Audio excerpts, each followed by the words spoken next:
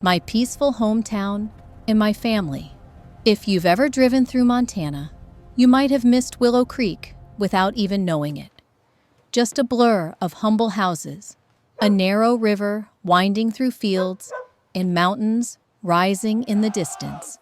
It's the kind of town where people wave from their porches and nearly every face is familiar.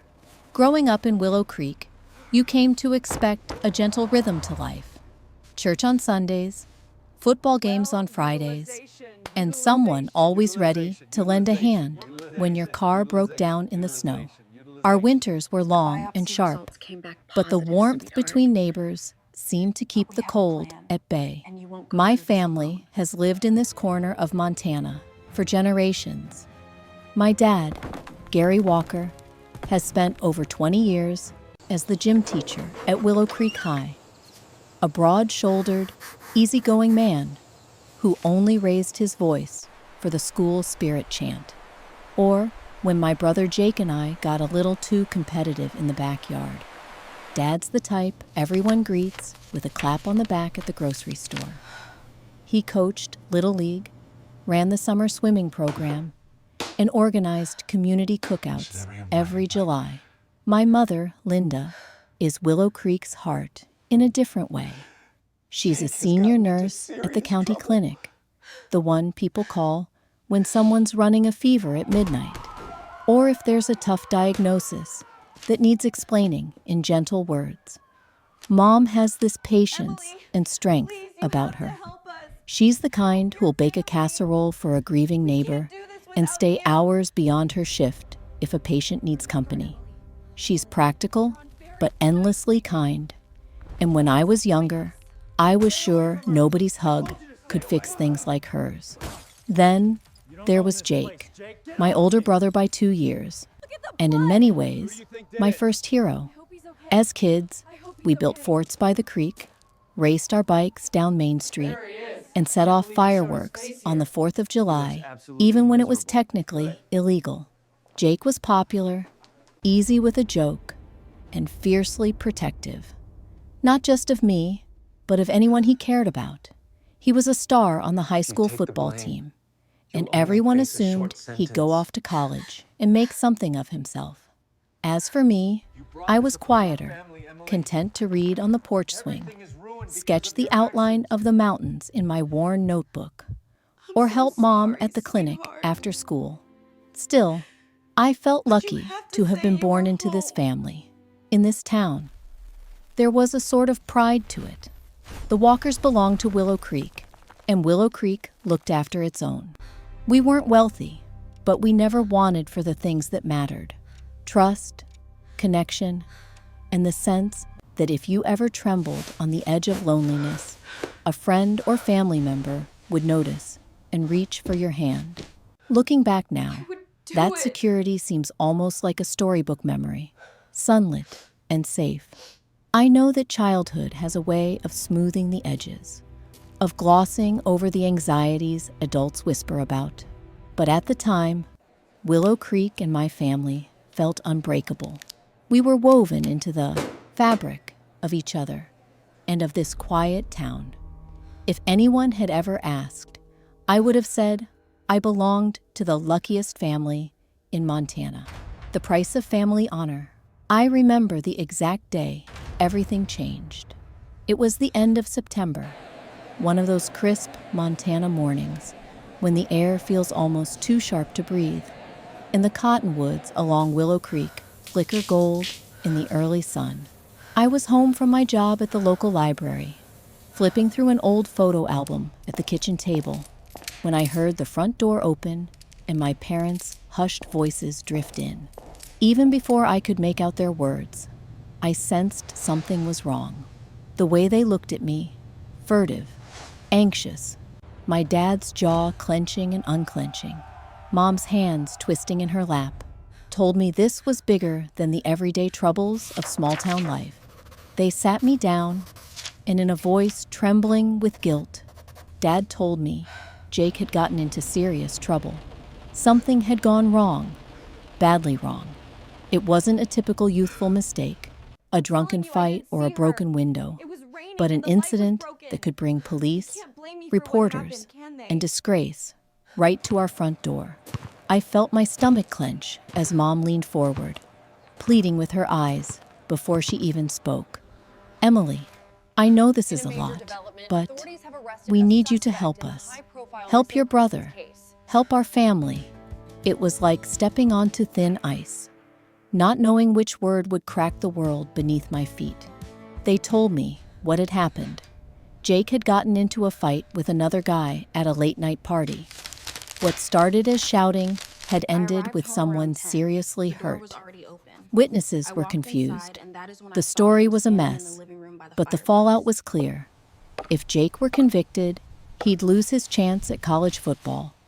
Dad's reputation in town would be tarnished, and Mom's standing at the clinic could be ruined. The future our family had worked for, Jake's scholarship, Dad's career, even my mother's sense of belonging, suddenly balanced on a knife's edge. At first, I couldn't believe what they were asking. Dad's voice was fragile but firm. If you take the blame, you'll only face a short sentence. You don't have a record, Emily. The judge will go easy on you. When it's over, we'll start fresh. You're saving all of us. Every word pressed on me, like stones. I felt panic and heartbreak twist together in my chest. Tears welled in my mother's eyes as she begged for forgiveness before she'd even said the words. They needed me to say I had done it. All my life, family meant everything. In Willow Creek, honor wasn't an abstract idea. It was the invisible thread stitching every relationship together. A walker keeps their promises.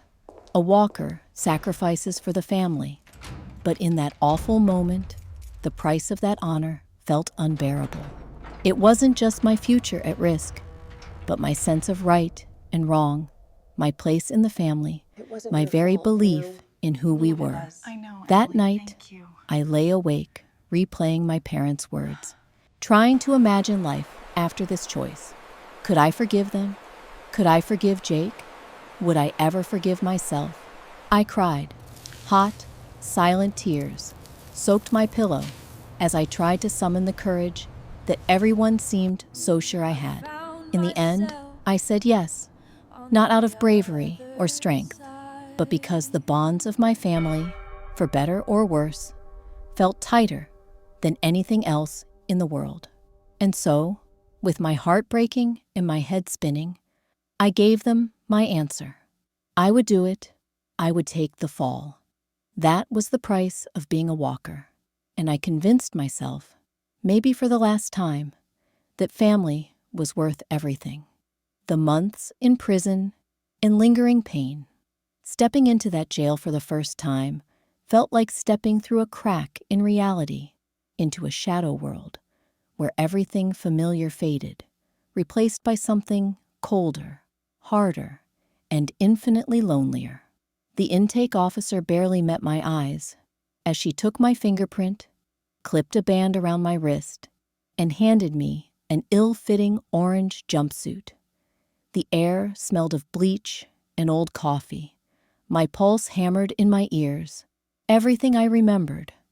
The golden light on the cottonwoods, the sound of my mom humming in the kitchen, Jake's laughter, even the ordinary chaos of the Willow Creek football games, fell away as if it belonged to a different life. My new world was fluorescent lights, clanging doors, the murmur of voices behind thick glass, and the fear that everything I'd known about my family might never be true again. The first night, I lay on a narrow cot in a cell no wider than my childhood closet, my back to the gray cinder block wall. Tears stung my eyes, but I didn't let myself cry. Not after the first wave of sobs had racked through me as soon as the heavy cell door clanged shut. I kept thinking, over and over, I'm here because they asked me to be. I'm here because I said yes. But the truth was uglier. I was here because I'd always put my family's needs before my own. And now, the weight of that choice pressed on my chest like a stone. Every morning, a shrill buzzer jolted us awake before sunrise. There was no privacy, just a line for the showers, the clatter of metal trays in the cafeteria, the dull monotony of the schedule. I tried to disappear, keeping to myself, hugging the battered paperback someone had left behind like a shield. I was afraid of the women who eyed me with suspicion, of the guards who looked right through me, of what might happen if I let my mind wander to the past, or worse, the future. Loneliness became a living presence, an ache that pressed into my skin, made it hard to breathe sometimes. Phone calls with my parents became shorter and shorter, as if they were anxious for me to say all the right things, that I was coping, that I forgave them, that I understood. What could I say? That some days the shame felt deeper than the walls around me? That I had begun to question whether the bonds between us were love or just habit, just the inertia of what we'd always believed family meant. But prison, for all its brutality, has a way of stripping you down to what's real. Early on, a woman named Carla, a tall, sharp-eyed mother from Billings, sat beside me in the yard one afternoon. She didn't ask what I'd done, just handed me a ragged deck of cards and proposed a game of rummy. Over those cards, and the slow building of hesitant trust, I learned that everyone in there was carrying some wound. The hurts were old or fresh. They were regrets, betrayals, mistakes denied, or crimes confessed. Most of the women learned to survive by building invisible walls, quick wit, and small acts of kindness, offering a bit of soap, a bite of precious commissary chocolate, a scrap of advice about which guards to avoid. That harsh camaraderie was nothing like the easy acceptance I'd known in Willow Creek. Still, in a way, it was honest. No one pretended to be perfect here, and for a while, I let down my own mask, admitting, at least to myself, how angry and lost I felt. I was angry at Jake for his carelessness, at my parents for asking the unthinkable, and most of all, at myself for being so easily persuaded in the name of family honor. Shame gnawed at me, growing more venomous with each gray day. Time in prison doesn't pass linearly. It breaks into strange segments, days that drag endlessly, then weeks that seem to vanish. I read anything I could get my hands on. Battered romance novels, legal handbooks, memoirs of women who'd made mistakes and somehow made it through to the other side. I signed up for every available class. Learning gave structure to the days, and, slowly, a sense of control I thought I'd lost for good. I studied legal rights, criminal procedure, technology courses, and even basic coding. In secret, I started to think about how knowledge could be my weapon, how maybe, just maybe, I could carve out a piece of my fate again. Still, there were moments I broke apart. When the guards called my name for a visit, my heart would leap, hoping, against all reason, that Jake would be there, that he'd finally look me in the eye and say, "Thank you," or "I'm sorry," or even just, "I love you." But he never came. The letters my parents sent became formulaic, filled with platitudes about patience, about how well Jake's new start was going. Every word felt like a snowdrift, colder and heavier, threatening to crush whatever warmth remained inside me. At night, after lights out, I lay awake on my cot and listened to the muffled sounds, the distant sobbing, the soft humming of a lullaby someone sang to herself, the rustle of a bunkmate turning over in sleep. My own thoughts were loudest, though. Shame, anger, and, underneath it all, grief. I grieved for my lost reputation, for friendships abandoned, for the Emily I'd been, the good daughter, the nice girl, the reliable friend, before everything went wrong.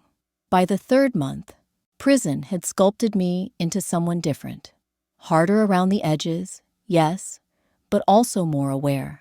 I stopped waiting for apologies that would never come.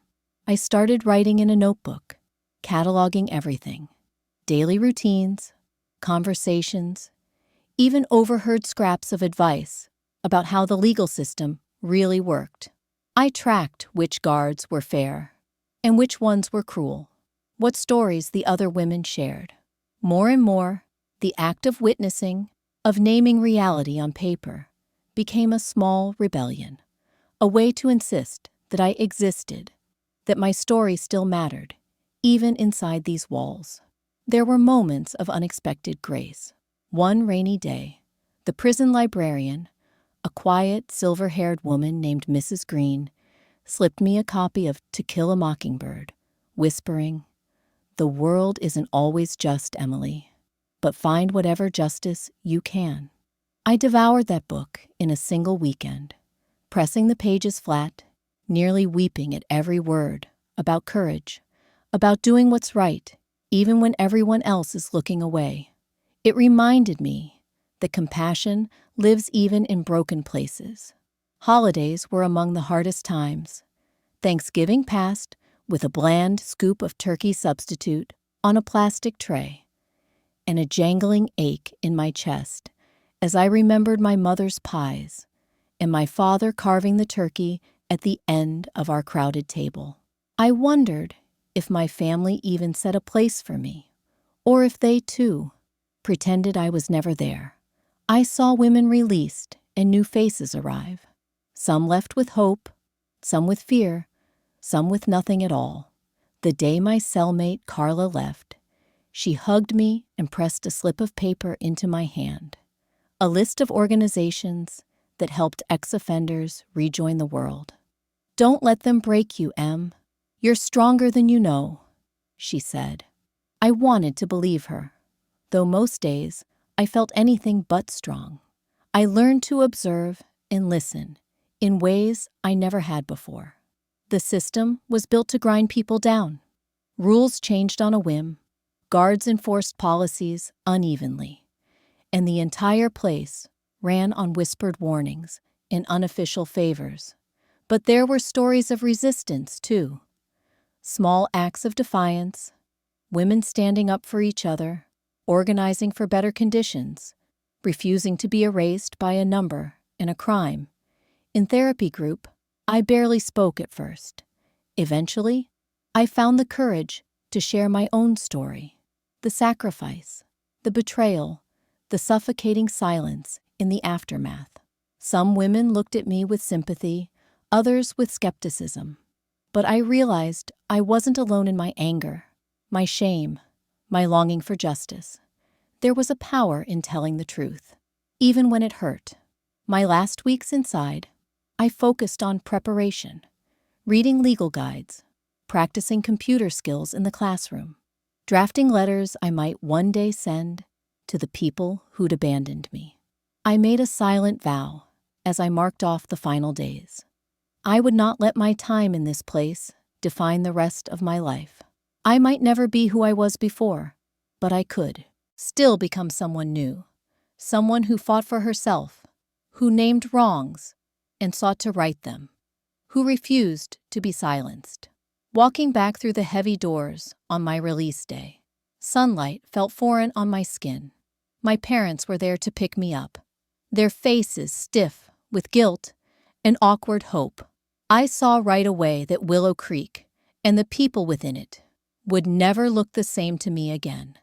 But something in me had changed, too.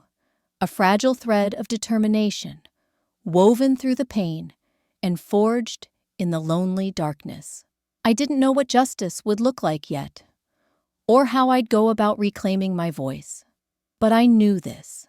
The Emily who walked out those prison gates was no longer a girl pleading for her family's approval. She was carrying scars, but also a new kind of strength, fiercer, sharper, tempered by anger, but bound, above all, to truth. That pain may have become quieter, but it didn't disappear.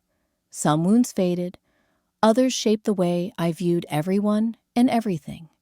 Prison had taught me to see clearly, to recognize treachery as well as kindness, to choose allies carefully, to turn each bruise, inside and out, into a lesson. For the first time, I became my own witness. That bitter ache, that shame I carried, would be the fuel I needed to seek what I truly deserved. Not just justice for myself, but the hope of reclaiming a life built not on silence and sacrifice, but on courage and honesty. And for the first time, I was willing to pay the price for that. Freedom and the resolve for justice. Stepping out of prison gates was supposed to feel like freedom. People talk about it like a moment of rebirth. Sunlight on your face, clean air in your lungs, a chance to start again.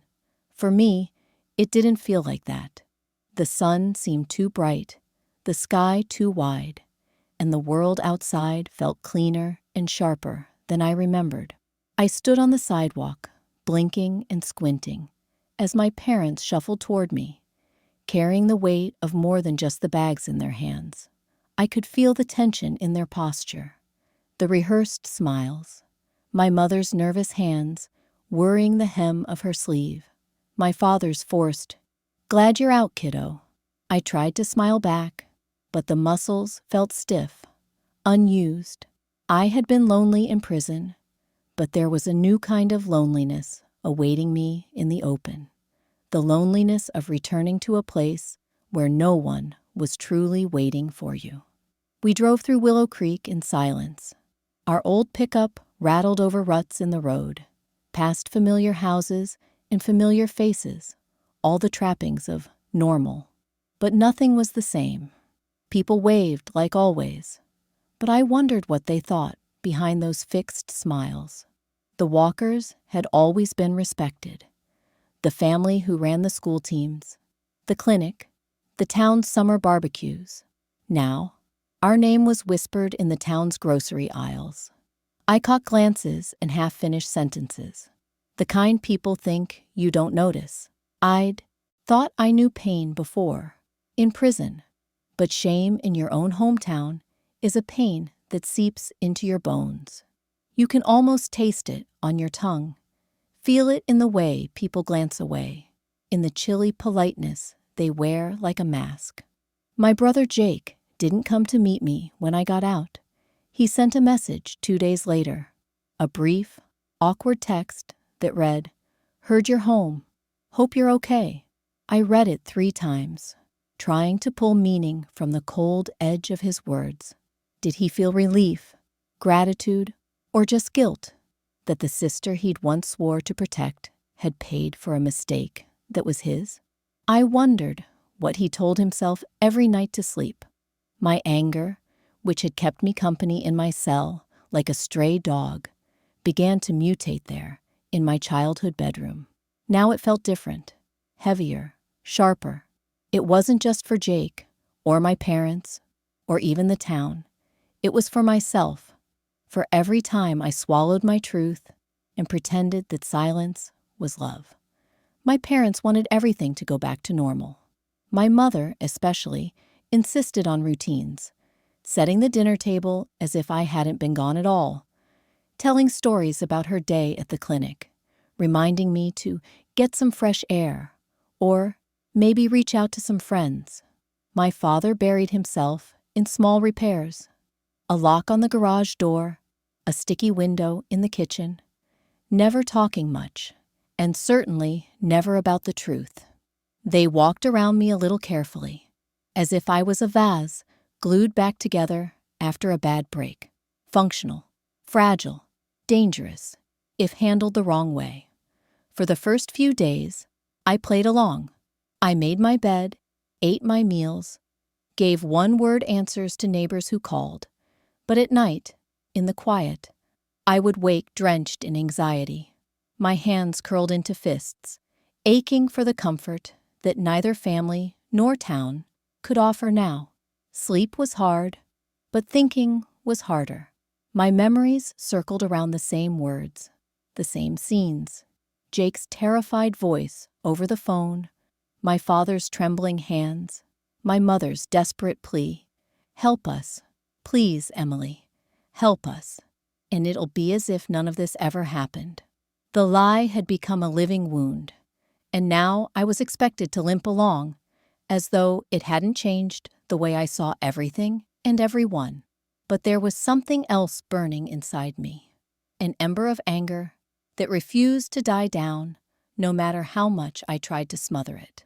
I didn't talk to anyone about it, not at first, not my parents, who wanted only forgiveness and quiet gratitude, not to the few friends who still asked polite, awkward questions. Instead, I began to write, pages and pages, in an old spiral notebook that had survived since high school. I wrote down the story as it had really happened. Jake's call, the fight, my parents' pleas, the day I walked into the police station and lied for my family. Writing it all, the ugly truth and the moments of weakness, was excruciating. But it was a relief, one that built, page by page, into a kind of necessity. The more I wrote, the more I realized my life was still mine. The truth, no matter how much pressure there'd been to hide it, was mine. With every page I filled, something hardened inside me. I would not allow myself to be steamrolled by shame. If I ever wanted to heal, or move on, or even look myself in the eye, I needed the truth to exist somewhere, not just gnawing at me in the dark. But I didn't just want a private catharsis. I wanted justice, for myself as much as for the family I'd nearly destroyed myself to protect. I began researching, quietly at first, late at night or when I could get alone. The skills I'd picked up in prison classes, rudimentary legal knowledge, basic computer literacy, were now my tools. I scoured public records, town archives, any news stories that had touched our family. When I found gaps, I filled them with questions. Who had witnessed Jake's fight? Who'd been pressured into silence? In the small world of Willow Creek, secrets rarely stayed buried. But for years, the Walkers had benefited from a kind of collective denial, the good family myth that kept people from looking too closely. Now, I was peeling back that layer, one cautious search at a time. It wasn't just about Jake. In the weeks after my return, I started to notice how many people in town wore fake smiles, how many debts and favors ran under the surface. The chief of police was my father's former Little League assistant. My mother's best friend ran the county courthouse receptionist desk. So much of Willow Creek was bound together by obligations that hid more messes than mine. I started to wonder how many other secrets I'd never seen. Still, I didn't want revenge. I wanted the truth, and I wanted responsibility, my own and everyone else's, acknowledged. At first, this desire felt impossibly naive. Towns like mine don't like change, and they really don't like confrontation. But the more I dug, the more I felt the tide shifting inside me. I deserved better than silence. Maybe everyone did. I began making lists. Who was at the party that night? Who told which story? What the police wrote down? What they omitted? I visited the local library, my old workplace, and pored through public records, piecing together the narrative. When I ran into roadblocks, I turned to the practical skills I'd sharpened in prison technology classes, searching databases, reading court decisions, sending careful emails. I became both witness and detective, unearthing handfuls of evidence that the official record had blurred. It was exhausting and sometimes terrifying. I was afraid of what people might say if they found out I was digging. My parents, once they caught a glimpse of my notes, tried to steer me away with warnings. "For your own good," my mother pleaded, "let this rest. We're safe now. It's better for all of us, especially you, if you just move on." My father said less, but the set of his jaw was enough. But I couldn't. Something in me had shifted, too far to ever slip back into that old place of obedience. All those months inside, I'd trained myself to survive. by swallowing pain, by minimizing myself, by believing it was noble to be silent if it was for someone I loved. I decided, quietly but with growing certainty, that I was done being silent. I had learned, the hardest way, just how dangerous that kind of sacrifice could be. I reached out anonymously to a few people from the night of the party. Some didn't reply. Some sent quick, nervous messages saying they didn't want to get involved. But others, especially a girl named Vanessa, who'd left Willow Creek for college, shared what they remembered, what they'd heard, even copies of text messages sent after the fight. Bit by bit, the darkness around that night began to lift. I learned not only what happened, but also how easily the truth got twisted, how quickly stories got rewritten to fit the needs of the powerful or the afraid. With evidence piling up, I realized I couldn't do it alone. I searched for organizations that help wrongfully convicted people, many of which I'd learned about from Carla, my cellmate, in prison.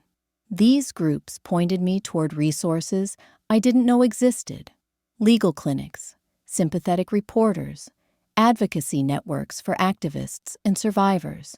I built a folder: days of phone records, copies of police interviews, timelines, and highlighted inconsistencies that became my new shield. It took weeks to build up the courage to send my file. I replayed what my family would say, what the town would think, how it would feel to walk down Main Street if everything blew up, if I became that girl who ruined everything. But the truth is, after prison, my fear of public shame was nothing compared to my fear of letting the lie win. Late one night, hands trembling, I sent my entire dossier to 3 places at once: the State Regulatory Board, a local investigative journalist, and one of the legal clinics. I hit send, closed my eyes, and waited. Nothing happened at first. I spent tense, sleepless days, cycling between hope and dread. My parents grew more jumpy, my mother snapping at anything, my father retreating behind the slam of screen doors. Jake texted again, one sentence: "Why are you doing this?" which I didn't answer. Instead, I walked under the cottonwoods, breathing the coppery autumn air, and tried to make peace with whatever was coming. Then, suddenly, everything changed. The reporter published a story, names redacted at first, laying out the inconsistencies and the pressures applied to keep me silent. The story traveled, first online, then by word of mouth, then in newspaper headlines, left on doorsteps, or clutched by hands all over town.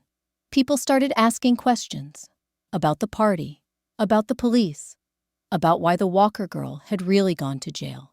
Some condemned me, sure, but others sent notes of support, slipped through the mailbox, or whispered at the grocery store. Word spread beyond Willow Creek. Calls came in from officials in the state capitol. Quietly, a review was opened about the police, about my conviction, about the kind of loyalty that suffocates instead of saves. Throughout it all, I felt a strange new steadiness. I wasn't free in any old sense. I'd never be free from the scars of what happened. My family didn't thank me, and Jake still wouldn't look me in the eye. But with each day that passed, I felt more solid in my skin. The truth had cost me my old life, but it was giving me something bigger: my own voice and the courage to use it. Justice wasn't a courtroom drama or a simple, happy ending. My story became part of something messier, something still unfinished. But I was done living in fear. I was done accepting that love means silence, or that family means covering up the worst with lies. I was Emily Walker, and for the first time, I loved who that was. Bruised, stubborn, outspoken, unwilling to disappear. No one threw a parade. People in Willow Creek still whispered. Some doors closed, others opened a crack. I had lost my place in the old world, but I had made one in a new one. A world where the truth, finally spoken, could be the first step to real freedom. And for the first time since the night I lost everything, I was ready to see what came next. My weapons, law, and technology. After the story broke and I realized there was no turning back, I found myself clinging to the only things that gave me a sense of power, knowledge and the skills I'd quietly been gathering. Most people don't picture an ex-con sitting in her childhood room, surrounded by overdue library books, highlighters, and a battered old laptop. But that was me, the newest, strangest version of myself, determined that if the world refused to listen to my voice, it would at least have to listen to my evidence. I remember the first time I sat in a prison classroom. The atmosphere was tense and uncertain, all of us women eyeing each other through layers of exhaustion and suspicion. I chose a seat in the back and kept my eyes down as the instructor, a law student doing his practical hours, began explaining the basics of criminal justice in the simplest language possible. I'd never considered myself studious before, but something clicked that day. Maybe I was desperate for any distraction, or maybe hearing the very rules that trapped me gave me a strange sort of hope. All I know is that I started showing up for those lessons religiously, my hand moving almost by instinct, scribbling notes and questions I'd later pore over at night. Over time, I signed up for every class the prison offered: legal basics, criminal procedure, personal advocacy, even sessions on how to request your own case files. I took to technology classes with the same intensity. The women who taught these classes were former engineers or teachers, serving time for mistakes that now made them some of the sharpest instructors I would ever have. They taught me everything from using advanced search filters to spreadsheet organization, local public record systems, and, my favorite, how to request data via the Freedom of Information Act. I became a sponge. While the prison world shrank so many people's dreams, it had the perverse effect of broadening my field of vision. The law was both a weapon and a shield, I realized, one that anyone could learn to wield with enough grit and patience, no matter how low you'd been brought. Technology, for its part, wasn't just a way to pass the time. It was a skeleton key, unlocking doors that small-town shame and hush-hush tradition had tried to keep sealed. When I got out, my learning didn't end. It intensified. True, I had to borrow my uncle's ancient laptop, which sputtered and wheezed like a dying animal. But it was enough to get me online. At first, I could barely force myself to log in. Waves of anxiety would hit every time I opened the browser or typed my own name. Old news articles, hateful comments, and speculations about my crime still sat in the archives, fed and watered by town gossips and online strangers with too much time on their hands. Sometimes I would scroll until my stomach ached, wondering if I'd ever get past the headlines.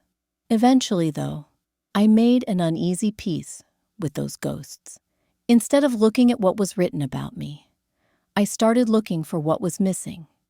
From the record, from the coverage, from my own understanding of what had happened. I kept circling back to the same questions. What evidence had actually convicted me? Whose word weighed the heaviest? Who might have been silenced to protect my family? And why? I put my legal learning to work by requesting every public document my state would allow: the police report, court transcripts, security footage logs, call records from that infamous night. Half the time, offices stonewalled me or tried to run out the clock. Sometimes they lost my applications by accident, but I kept at it, filing fresh requests and appealing denials. Persistence became a ritual. If I couldn't sleep, I would pull out the files and reread the judge's wording, one phrase at a time. Those technology courses paid off too. I created elaborate spreadsheets to log every witness, every statement, every phone call, and text sent or received that night. I learned how to search obscure databases for information about the local police department's conduct. I scoured social media for old posts about the party, Instagram photos with timestamps, Facebook posts that had since been deleted, text message screenshots that friends of friends finally were willing to share. I bought a voice recorder with money saved from odd jobs and kept it in my pocket, just in case a chance encounter with someone from that night turned into a confession or a valuable recollection. Openly, recording people is tricky, so I'd have to make sure I was always following the law. But in a town like Willow Creek, where secrets have legs, it's sometimes the only way to get to the truth. My house became a fortress of information. On any given day, you'd find legal pads filled with timelines, internet printouts marked with neon notes, and magazine clippings spread out as if I were plotting out a crime novel. Sometimes the chaos drove my mother up the wall, but I refused to return to the obedient, silent daughter they remembered. My father, as usual, said nothing. Jake stayed away. The more I dug, the more I realized that my family wasn't the only one hiding the truth. The roots of that one night's violence stretched out in all directions, towards town officials, police connections, and networks of loyalty that had protected not just Jake, but dozens of others who'd been out of sight and out of consequence for far too long. Sometimes I wanted to quit. The puzzle was so much bigger and messier than I'd believed. There were mornings when I woke so tired and anxious, I had to remind myself how to breathe. Still, I kept going. I'd grown used to fear inside prison, the kind that stalks you in the dark or creeps into your dreams. This fear was different. I'd learned by then that nothing is scarier than knowing the truth and pretending you don't. Eventually, my work led to results. I found inconsistencies in documents that had been cleaned up for the official record. There was missing footage, timestamps that didn't align, statements that had been quietly omitted or rewritten. My technology skills let me recover fragments from old cloud backups, trace the same document through multiple revisions, and spot where words had been changed. With the help of contacts from advocacy organizations, including Carla's Precious List, I sent encrypted files to pro bono lawyers who specialized in wrongful convictions. I even managed to consult with a former prosecutor in another state who coached me over email about how to frame the questions and requests. She reminded me not to accuse anyone directly, just insist on public access and demand answers in writing. That advice saved me, more than once, from traps set by well-meaning friends or would-be saboteurs who wanted everything swept back under the rug. I started seeing the law and technology as equalizers, not just for myself, but for anyone the system tried to grind down. When I felt overwhelmed, I remembered the other women from prison, how much it would have meant for any of them, wrong or right, to have someone with a little knowledge and a lot of stubbornness on their side. It wasn't all detective work. Some nights, I just needed relief from the investigation. So I taught myself more coding, simple web design, even data encryption. Not because I expected to become some kind of hacker, but because learning helped reconnect me to the world. Every new skill was a thumb in the eye of defeat.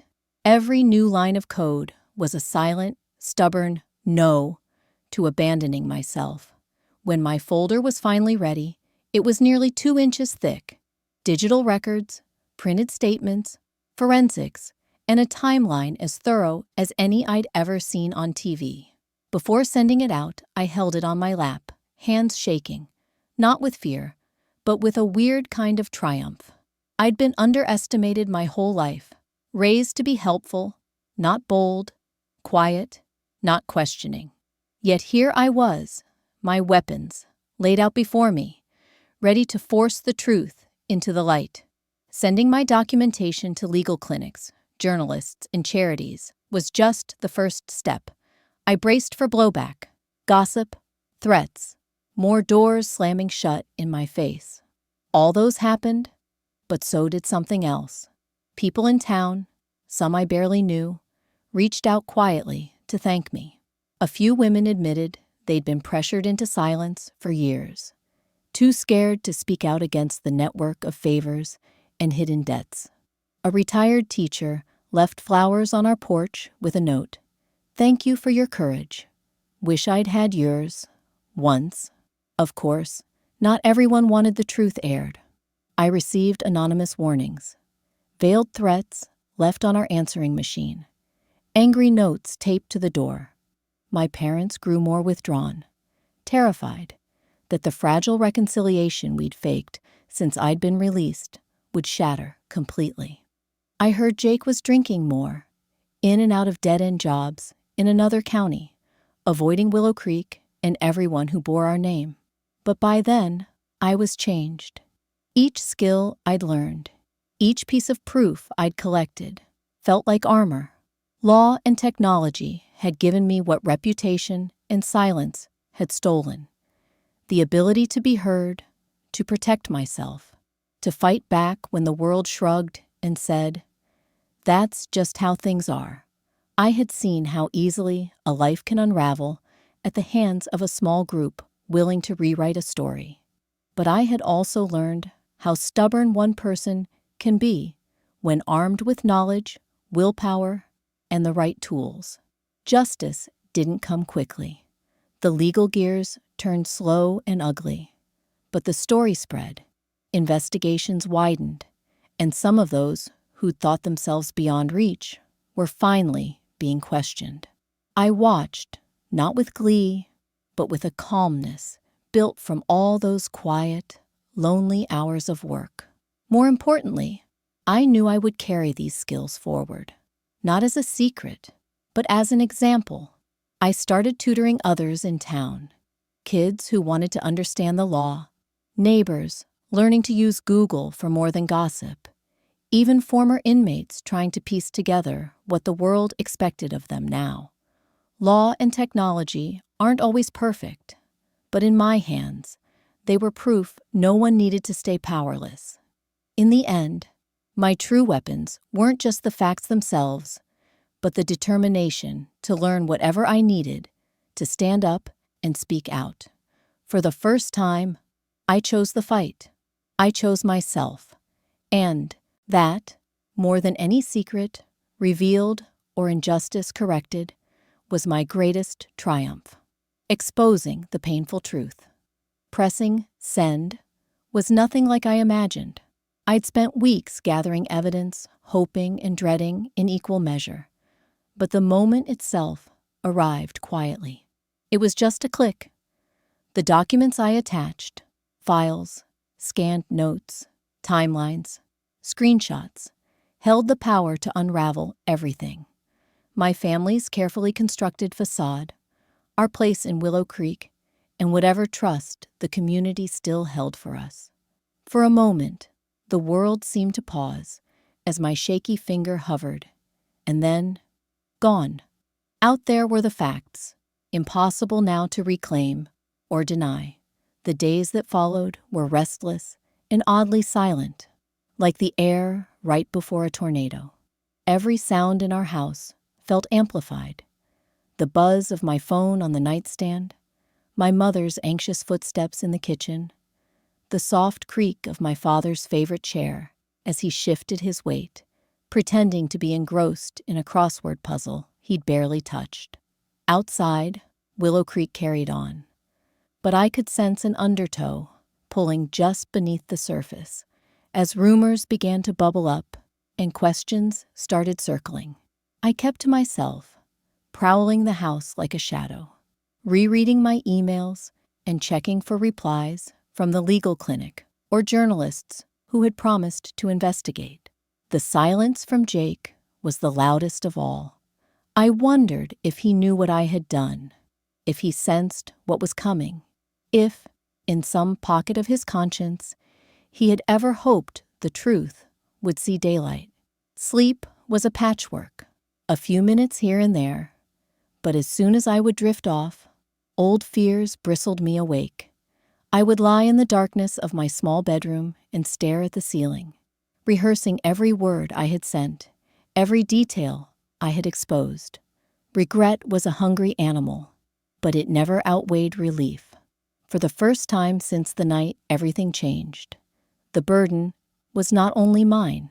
Then, one morning, the first headline arrived. An email alert, simple and plain. New evidence emerges in Willow Creek assault case. I read the words 3 times, chest tightening as the article scrolled across my phone. Names blurred and redacted, but the specifics were clear. Someone, me, had blown open the tidy, sanctioned narrative Willow Creek had held onto for years. By noon, there were more stories. By evening, the local news ran a short segment, carefully worded but unmistakable. Questions about police conduct, inconsistencies in witness accounts, summaries of text messages that didn't fit neatly with the testimony recorded at the time. People started talking. At first, the conversations were whispers, on sidewalks, in the cramped aisles of the grocery store, behind the tightly shut doors of church meetings. I saw the tension in my parents' faces as they returned from their errands. The sidelong glances from neighbors who, for so long, had championed the Walkers as pillars of the community. Some looked away when I passed. Others offered sad, gentle nods. But the wall of silence was cracking, and I felt, for the first time, I was not alone in my knowing. My mother crumbled, first under the pressure. She would stare at me over cold coffee. Her eyes ringed with heavy exhaustion. "Emily, what have you done?" she asked, though it wasn't really a question. The lines in her face had deepened, her hands twisting a napkin into tight knots. I could see her battling a heartbreak laced with anger. "You asked me to lie so we could live in peace, but are we really living if everything we have is a lie?" I replied. There were tears, hers and mine. I wanted so desperately to comfort her, but the kind of comfort she craved wasn't one I could honestly give anymore. My father took the revelations as a kind of personal defeat. He became even quieter, speaking only when necessary, going about chores with a slow, deliberate focus. No outbursts, no accusations, just resignation, like a man watching his life's work crumble, but unable to stop the tumbling bricks. As the investigation gathered steam, officials began to ask questions, real ones, not just for show. The legal clinic let me know an attorney had agreed to review my case for signs of prosecutorial misconduct. The journalist wrote that other witnesses were now willing to talk. Even officials from the state capitol were rumored to be looking into police procedures in Willow Creek. The certainty of consequence, that things must now be faced, made my whole body tense and hopeful at once. Not everyone believed me, of course. Some still regarded me as the troublemaker, the ungrateful daughter airing dirty laundry. Anonymous notes appeared in our mailbox. "You're ruining your family," or "Why can't you let a mistake rest?" Others confronted me at the post office or in the grocery store aisle, their voices stiff but never truly harsh, mostly confusion, fear, some thinly disguised self-protection. I tried to stand steady, repeating to myself, the truth is not violence, and silence is not peace. But support also trickled in. A neighbor slipped flowers onto our porch with a handwritten card. "Some people wish they were as brave as you." An older woman from church bumped shoulders with me at the diner and whispered, "We all pay for lies, honey. Some of us just longer than others." The moments of quiet affirmation were like lights blinking on in a long, dark tunnel. Jake was nowhere. News reached me, secondhand, through mutual acquaintances, that my brother had moved again, traveling further from Willow Creek, further from what remained of our family. I tried to imagine what the headlines looked like from his vantage point. Blame, shame, a story now out of his hands. I no longer wanted apology or explanation from him. Grief remained, a sibling-shaped hole, but outrage faded, replaced by a pragmatic sadness that I could finally name and let sit. One day, as the investigation deepened, I received a formal request to provide testimony. The letter was crisp and official. My hands shook as I read the words, estimate of impact and affidavit. I realized the truth, once released, isn't content to simply exist. It demands action. It was not enough to supply the story and hide. I would have to stand publicly to say, this is what happened, this is what it cost, this is who suffered, and this is why the lies must end. The weeks leading up to that day were the longest of my life. My parents withdrew even more, the house growing quieter with each passing afternoon. I retreated into research and preparation, reading my old journals, reviewing timelines, organizing correspondence from the legal teams who promised to be by my side. Some nights, I practiced speaking into the bathroom mirror, heart pounding, repeating my truths until they became steady. Not just words, but memories, given structure and backbone. When the hearing finally arrived, the air in the courthouse felt as dry as paper. Reporters stood outside with their camera crews. I kept my gaze forward, refusing to let their curiosity shape my composure. Inside, under fluorescent lights, I took my oath and began to answer questions. Not just about the night in question, but about the months afterward. The silence, the loneliness, the decision to take the fall. I spoke of the pressure to protect my family's reputation and how that pressure had nearly destroyed me. At one point, my voice broke, but I forced myself to stay steady. Crying was not shame, and vulnerability was not weakness. Afterward, I sat alone in a hallway chair.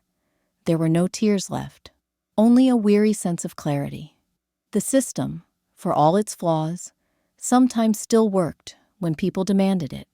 I thought about the other women I'd met in prison, told to swallow injustice for the sake of someone else's comfort or pride. I realized then that exposing a painful truth would always hurt, but denial, left unchecked, was far crueler in the end. The investigation widened. The local police chief was suspended.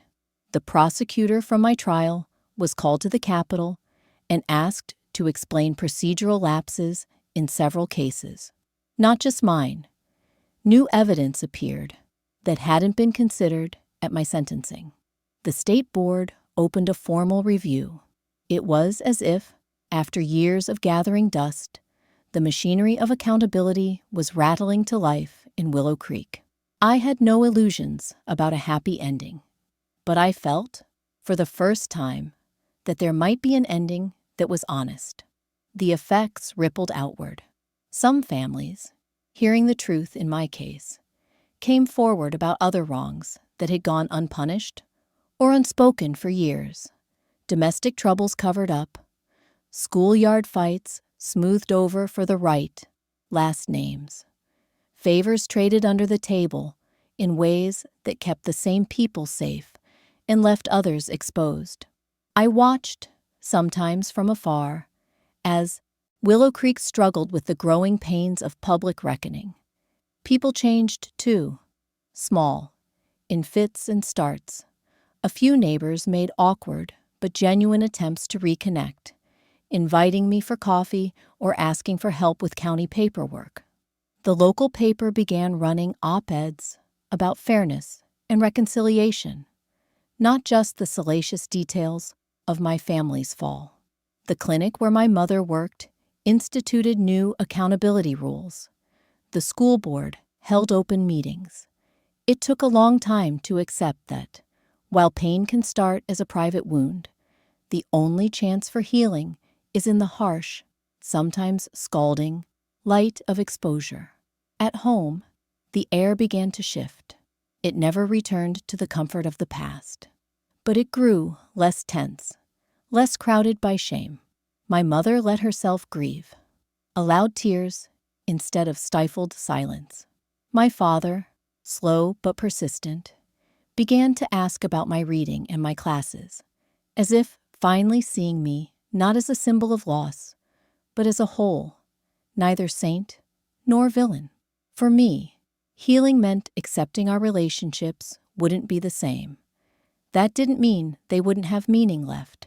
As for me, I set aside my role as passive observer and inherited a new, hard-earned trait: determination, unclouded by fear. I helped others in town, those wronged and too scared to speak, learn how to document, how to file complaints, how to find the right words when the stakes felt impossibly high. I didn't have all the answers, but I did have something rare: proof that painful, necessary truth-telling was survivable and, sometimes, contagious.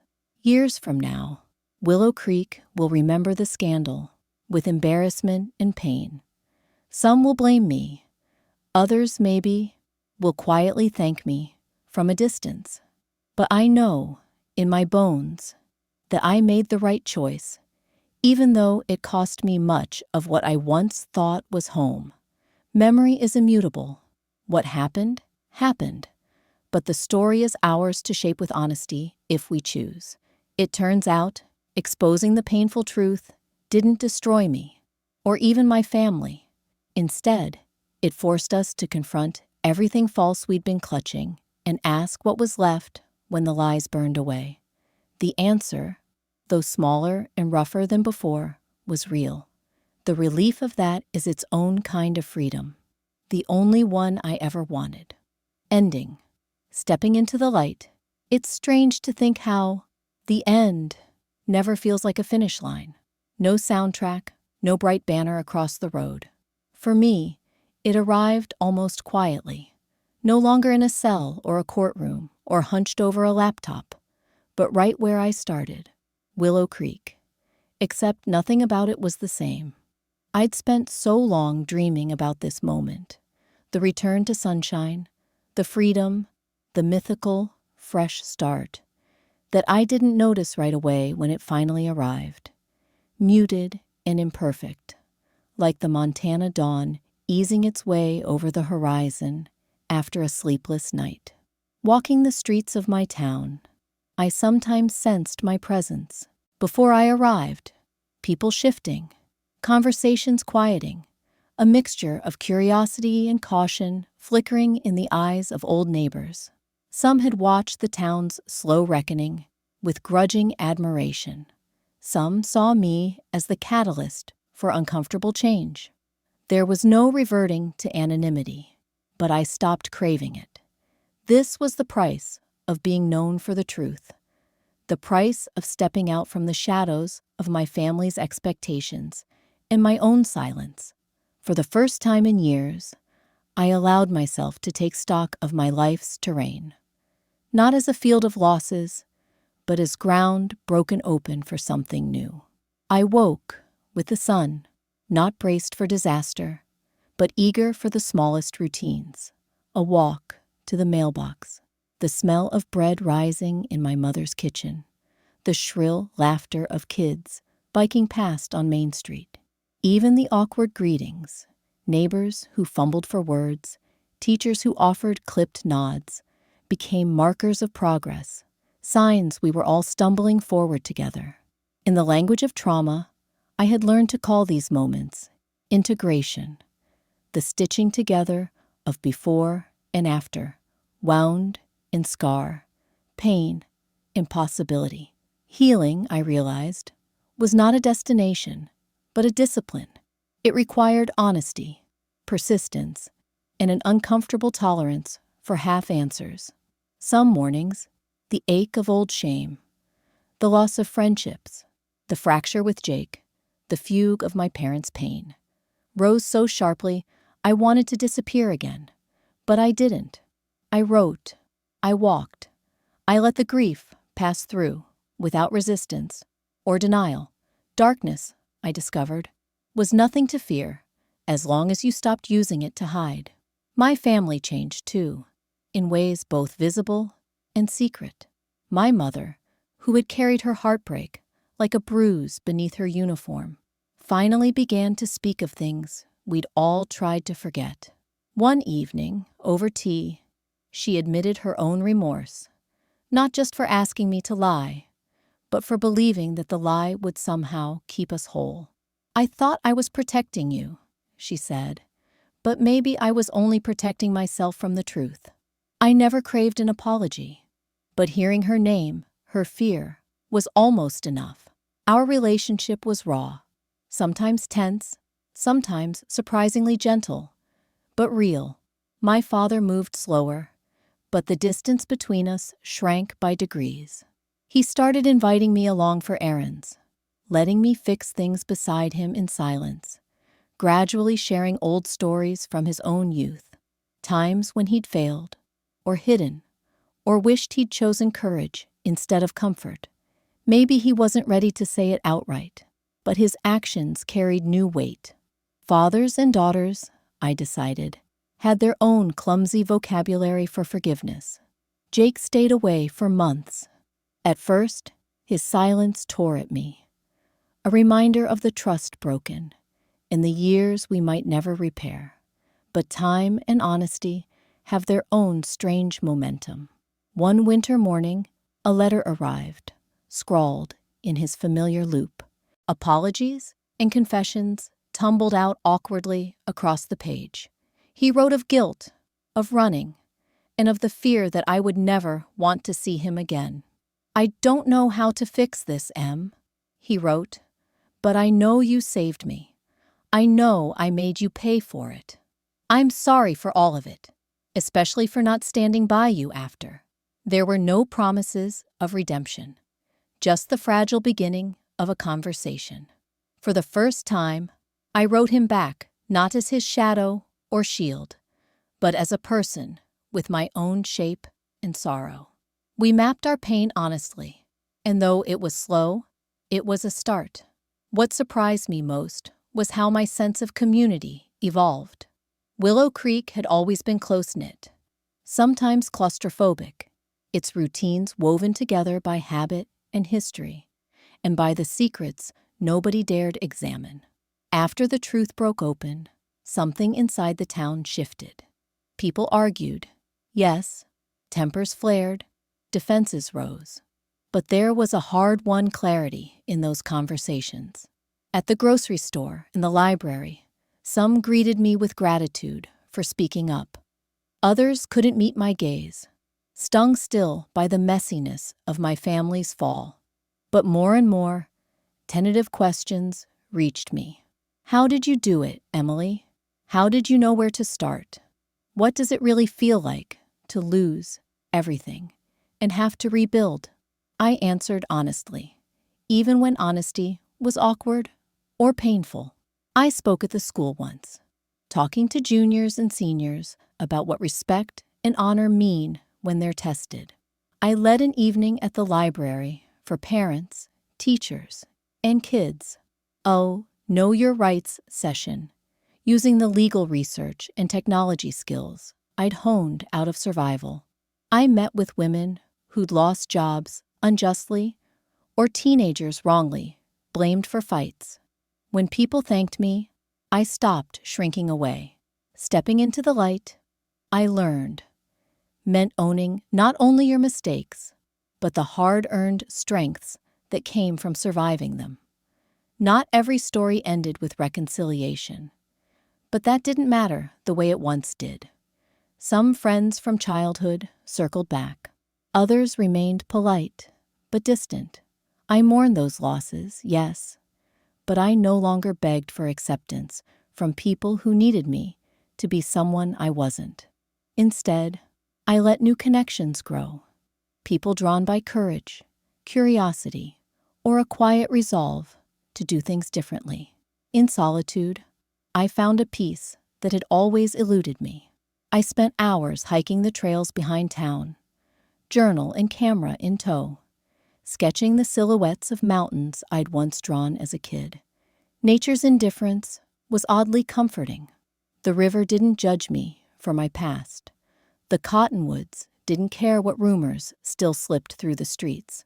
Owning my story, darkness and all, became a private prayer, one I repeated with every footstep and every line of ink.